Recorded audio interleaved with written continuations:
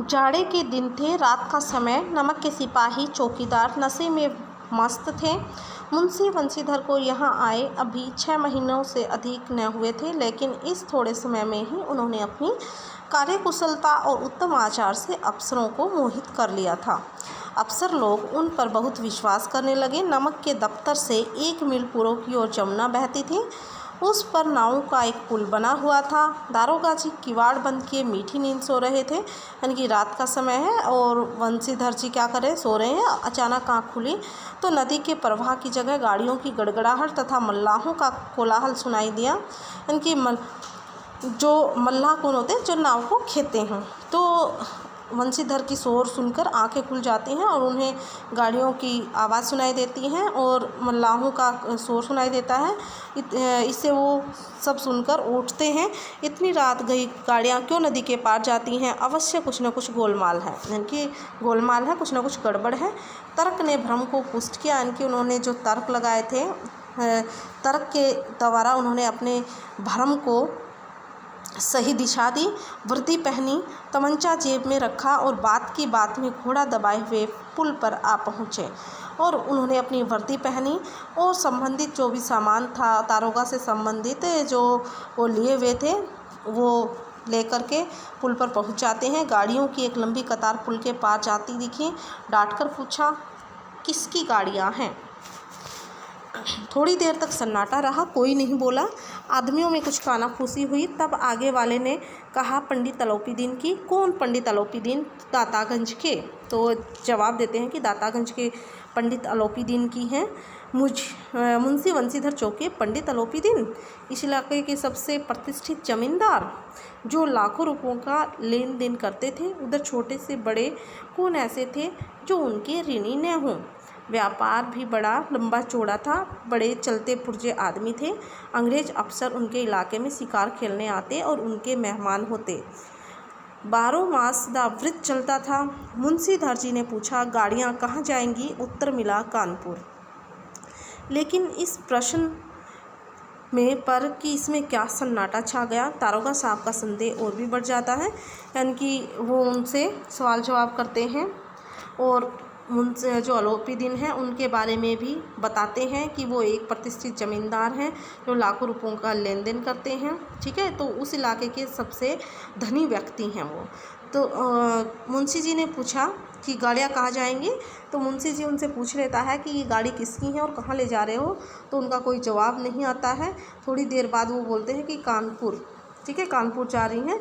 लेकिन इससे जो उसका भ्रम था वो और भी अधिक स्पष्ट हो जाता है और उनका जो संदेह है वो और भी बढ़ जाता है कि देर तक उत्तर की बात देकर वह जोर से बोले, क्या तुम सब गूंगे हो गए हो? हम पूछते हैं, इसमें क्या लदा है? तो मुंशीधर पूछते हैं कि इन बोरों में क्या लदा हुआ है, बताइए। लेकिन वो जो कारीगर हैं अलौपीदीन के, वो कुछ नहीं बोल पाते हैं। जब इस बार भी कोई उत्तर नहीं मिला तो उन्होंने घोड़े को एक गाड़ी से मिलाकर बोरे को टटोला। भ्रम दूर हो गया, यह नमक के ठेले हैं। ठीक है, तो बंशीधर हैं स्वयं उसकी जांच पड़ताल करते हैं। उन बोरों को देखते हैं कि क्या है, तो नमक मिलता है। पंडित अलौपीदीन अपने सजीले रथ पर सवार कुछ सोते कुछ जागते चले आते थे। अचानक कई गाड़ी वालों ने घबराए हुए आकर जगाया और बोले, महाराज, दारोगा ने गाड़ियाँ रोक दी हैं और घाट पर खड़े आपको बुलाते हैं। ठीक है, तो यहाँ पर अलौपीदीन के बारे में बताया है कि अलौपीदीन अपने सजीला यानी कि विभिन्न प्रकार से उन्होंने रथ को सजा रखा है, सुंदर बना रखा है। उस पर सो भी रहे हैं और जाग भी रहे हैं। और अचानक से उसके जो गाड़ीवान हैं उनको जानकारी देते हैं कि दारोगा ने आपकी गाड़ी को रोक लिया है और आपको बुला रहे हैं। पंडित अलौपीदीन का लक्ष्मी जी पर अखंड विश्वास था। वह कहा करते थे कि संसार का तो कहना ही क्या, स्वर्ग में भी लक्ष्मी का ही राज्य है। वो कहते हैं कि लक्ष्मी ही सबसे बड़ी है। ठीक है, लक्ष्मी के ऊपर विश्वास है कि पैसे से सब कुछ खरीदा जा सकता है, कुछ भी किया जा सकता है। उनका ये मानना था, उनका यह कहना यथार्थ था, यानी कि सच भी था। न्याय और नीति सब लक्ष्मी के ही खिलौने हैं।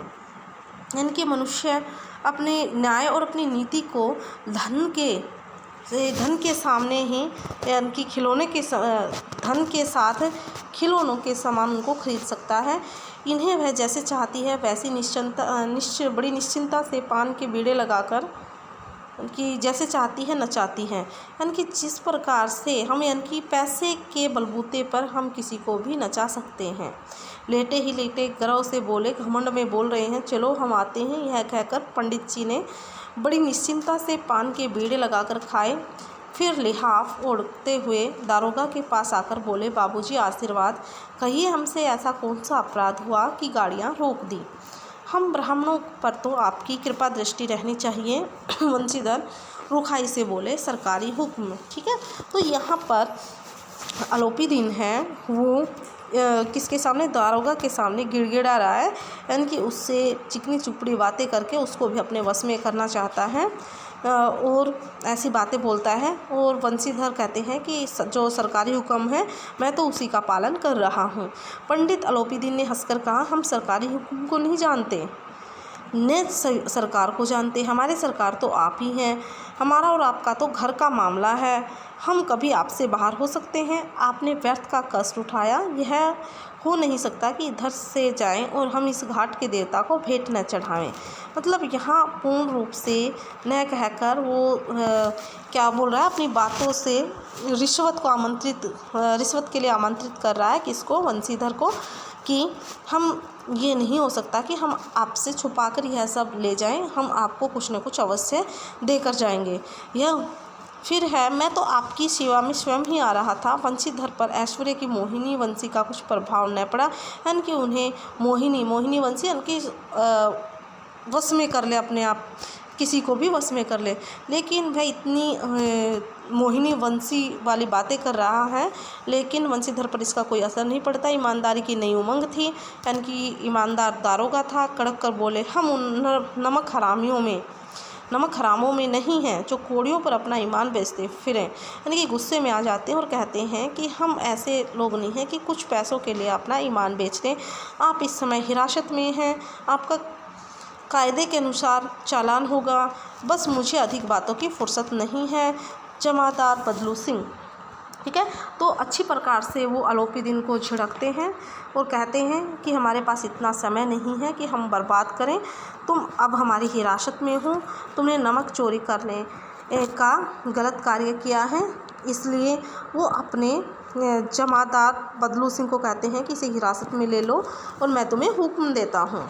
पंडित आलोपीदीन स्तंभित हो गए, मतलब आश्चर्यचकित रह गई है सब सुनकर। गाड़ी वालों में हलचल मच गई कि पंडित आलोपीदीन जेल जाएगा। ठीक है, तो पंडित जी के जीवन में कदाचित यह पहला ही अवसर था कि पंडित जी को यह ऐसी कठोर बातें सुननी पड़ी। बदलू सिंह आगे बढ़ा, किंतु रोब के मारे यह साहस न हुआ कि उनका हाथ पकड़ सके। ठीक है, तो जो बदलू सिंह है उनको हिरासत में लेने के लिए आगे बढ़ता है, लेकिन आलोपीदीन इतने प्रतिष्ठित व्यक्ति हैं तो वो उनको पकड़ नहीं सकते, इनका हाथ भी नहीं पकड़ सकते। पंडित जी ने धर्म को धन का ऐसा निरादर करते कभी न देखा था। तो पंडित जी ने यानी कि उन्होंने धन के बलबूते पर सबको खरीद लिया था, लेकिन वंशीधर ही ऐसे व्यक्ति थे जिनको वो खरीद नहीं पाए थे। तो ऐसे में वो कहते हैं कि मैंने धन का ऐसा निरादर करते हुए कभी नहीं देखा। विचार किया, यह अभी उद्दंड लड़का है, माया मोह के जाल में अभी नहीं पड़ा है, अल्लड़ है, झिझकता है, परंतु बहुत दीन भाव से बोले, बाबू साहब ऐसा न कीजिए, हम मिट जाएंगे, इज्जत धूल में मिल जाएगी। हमारा अपमान करने से आपके हाथ क्या आएगा? हम किसी तरह आपसे बाहर थोड़े ही हैं। तो कहते हैं कि हाँ, आपका यानी कि जो आलोपीदीन है वो कहते हैं कि आपका अपमान करने से आपको क्या मिलेगा, इससे आपको क्या हासिल हो जाएगा? यानी कि हम और आप एक ही हैं, हमें हिरासत में मत लीजिए। वंशीधर ने कठोर स्वर में कहा, हम ऐसी बातें सुनना नहीं चाहते। आलोपीदीन ने जिस सहारे को चट्टान समझ रखा था, कौन सा सहारा? धन का, पैसों का सहारा, वह पैरों के नीचे से खिसकता हुआ मालूम हुआ कि अब उसके पैरों के नीचे से जो धन का अभिमान है वो चला जाएगा, यानी कि निकलता हुआ मालूम हो गया कि अब तुम यहाँ पर, ठीक है, यानी कि वंशीधर के सामने तुम्हारी जो लक्ष्मी है वो कुछ काम आने वाली नहीं है।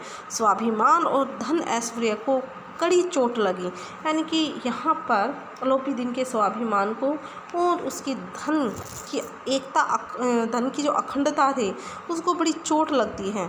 किंतु अभी तक धन की सांख्यिकी शक्ति का पूरा भरोसा था, लेकिन अब भी उसके मन में विश्वास है, हाँ हो सकता है कि धन के बलबूते मैं इसको खरीद सकता हूँ। अपने मुख्तार से बोले, लाला जी 1000 के नोट बाबू साहब को भेंट करो, आप इस समय भूखे सिंह हो रहे हैं।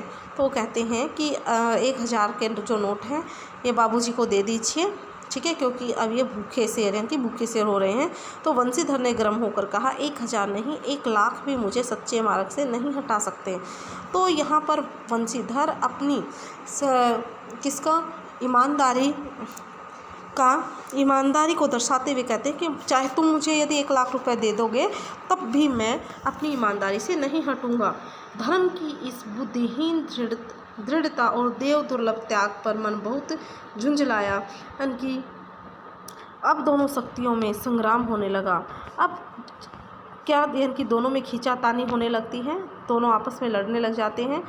धन ने उछल कर आक्रमण करने शुरू किए। 1 से 5, 5 से 10, 10 से 15, 15 से 20,000 नौबत पहुँची, किंतु धर्म अलौकिक वीरता के साथ इस बहुसंख्यक सेना के सम्मुख अकेला पर्वत की भांति अटल अविचलित खड़ा था।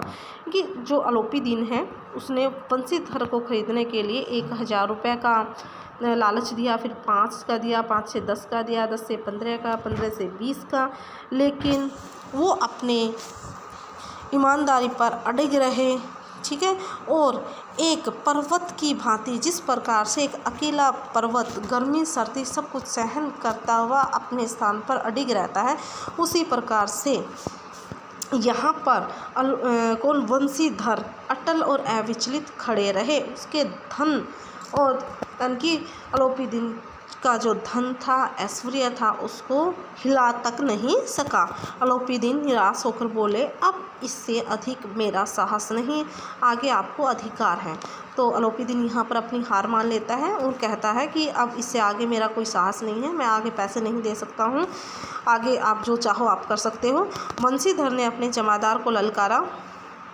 बदलू सिंह मन में दारोगा जी को गालियाँ देता हुआ पंडित अलोपीदीन की ओर बढ़ा। पंडित घबराकर 2-3 कदम पीछे हट गया। अत्यंत दीनता से बोले, बाबू साहब ईश्वर के लिए मुझ पर दया कीजिए, मैं 25,000 पर निपटारा करने को तैयार हूँ।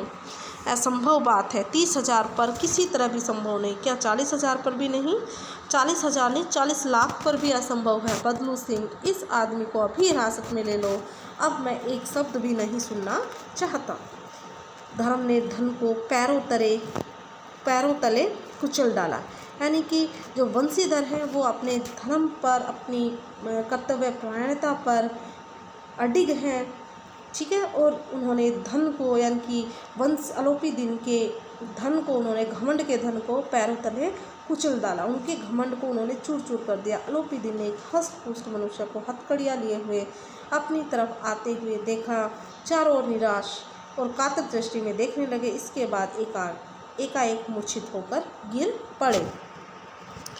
दुनिया सोती थी पर दुनिया की जीभ जागती थी। सवेरे देखिए तो बालक वृद्ध सबके मुंह से यही बात सुनाई देती थी। जिसे देखिए वही पंडित जी के इस व्यवहार पर टीका टिप्पणी कर रहा है। मतलब पंडित जी के व्यवहार की ही बातें हो रही हैं। चारों ओर निंदा की बौछारें हो रही थी। मानव संसार से अब पापी का पाप कट गया हो।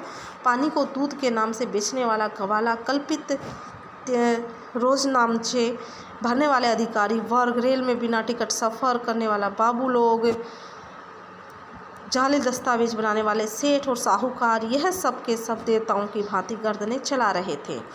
जब दूसरे दिन पंडित अलोपीदीन अभियुक्त होकर कांस्टेबलों के साथ हाथों में हथकड़ियाँ, हृदय में ग्लानि, शोभ भरे लज्जा से गर्दन झुकाए अदालत की तरफ चले तो सारे शहर में हलचल मच गई। मेलों में कदाचित आंखें इतनी व्यग्र न होती होंगी, भीड़ के मारे छत और दीवार में कोई भेद न रहा होगा। यानी यहाँ पर बताया गया है कि अलोपीदीन को किसमें पेश किया जाता है, थाने में पेश किया जाता है अभियुक्त के सामने। यानी कि अभियुक्त हो गया वो, और कांस्टेबलों के साथ कहाँ जा रहा है, जेल में जा रहा है। और उसके दोनों हाथों में हथकड़ियाँ हैं, हृदय में गलानी भरी हुई है, यानी कि हृदय है वो अधिक ग्लानि से युक्त है, दुख है उसके हृदय में, और उसने शर्म से अपना सिर झुकाया हुआ है और अदालत की तरफ जो सिपाही हैं वो उनको लेकर जा रहे हैं कि आज उनका फैसला होने वाला है। तो पूरा शहर इस बात से जानकार है और सब लोग इसे देखने के लिए क्या है अधिक जल्दी मचा रहे हैं कि सब लोग इसे देखते हैं, और कोई घरों की छतों पर खड़ा है तो कोई अपने दरवाजे के बाहर खड़ा होकर यह सब कुछ देख रहा है। किंतु अदालत में पहुंचने की देर थी। पंडित अलोपीदीन इस अगाध वन के सिंह थे। अधिकारी वर्ग उसके भक्त, अमले उनके सेवक, वकील मुख्तार उनके आज्ञापालक और अद्दली चपरासी और चौकीदार तो उनके बिना मोल के गुलाम थे।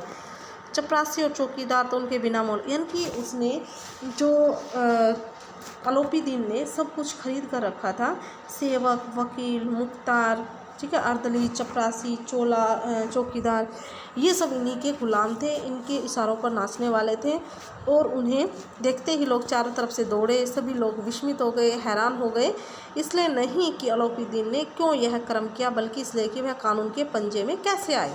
ठीक है, लोगों को ये फ़र्क नहीं पड़ता कि इन्होंने ऐसा काम किया है, गलत काम किया, इसलिए ये जेल में है, लेकिन उनको इस बात का आश्चर्य है कि वो कानून के पंजे में कैसे फंस गए। ऐसा मनुष्य जिसके पास असाध्य साधन करने वाला धन, अनन्य वाचालता हो, वह क्यों कानून के पंजे में आएगा। यानी कि उसके पास इतना पैसा है, धन दौलत है, और साथ में वाचाल भी है, यानी कि सबको अपनी वाणी के द्वारा फंसाने वाला व्यक्ति है, वो भी आज यानी कि किसके शिकंजे में, कानून के शिकंजे में कैसे फंस सकता है।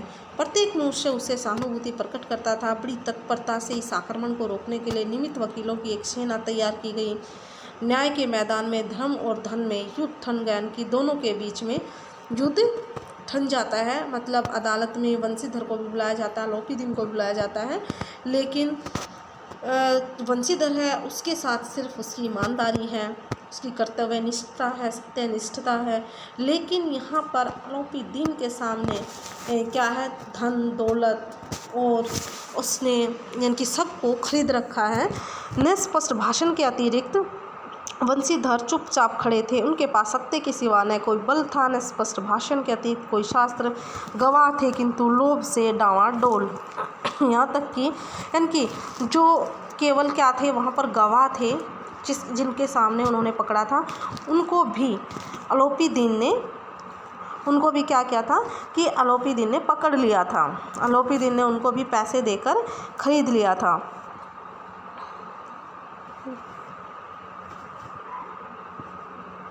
ठीक है,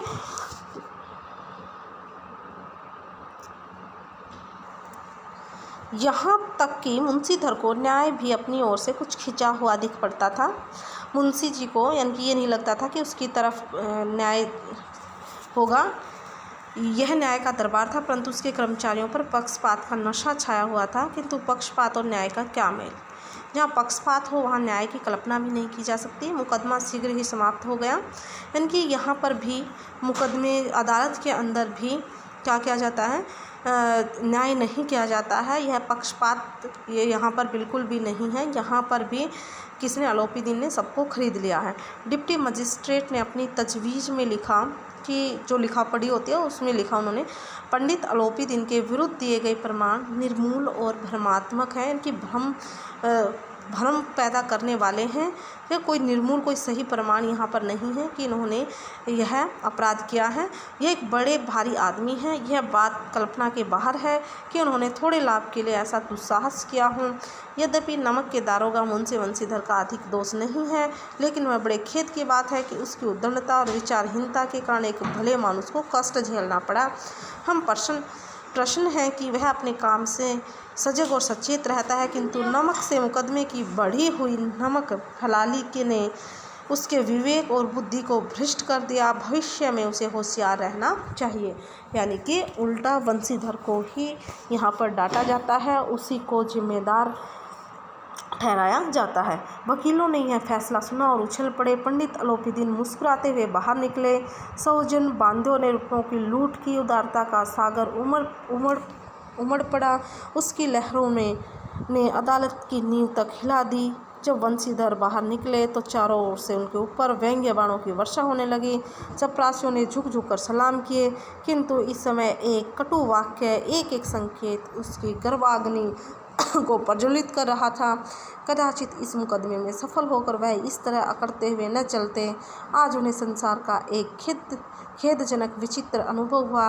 न्याय और विद्वता, लंबी चौड़ी उपाधियाँ, बड़ी बड़ी दाढ़ियाँ और ढीले चोंगे एक भी सच्चे आदर के पात्र नहीं हैं। यानी कि आज उसे समाज की जो सच्चाई है उसका पता लगा कि समाज में कोई भी सच्चा व्यक्ति नहीं है जो सच्चाई का साथ दे सके, बल्कि सभी लोग यानी कि पूरे समाज के अंदर भ्रष्टाचार फैला हुआ है और हम लोगों को किसी भी प्रकार से पैसे से खरीद सकते हैं।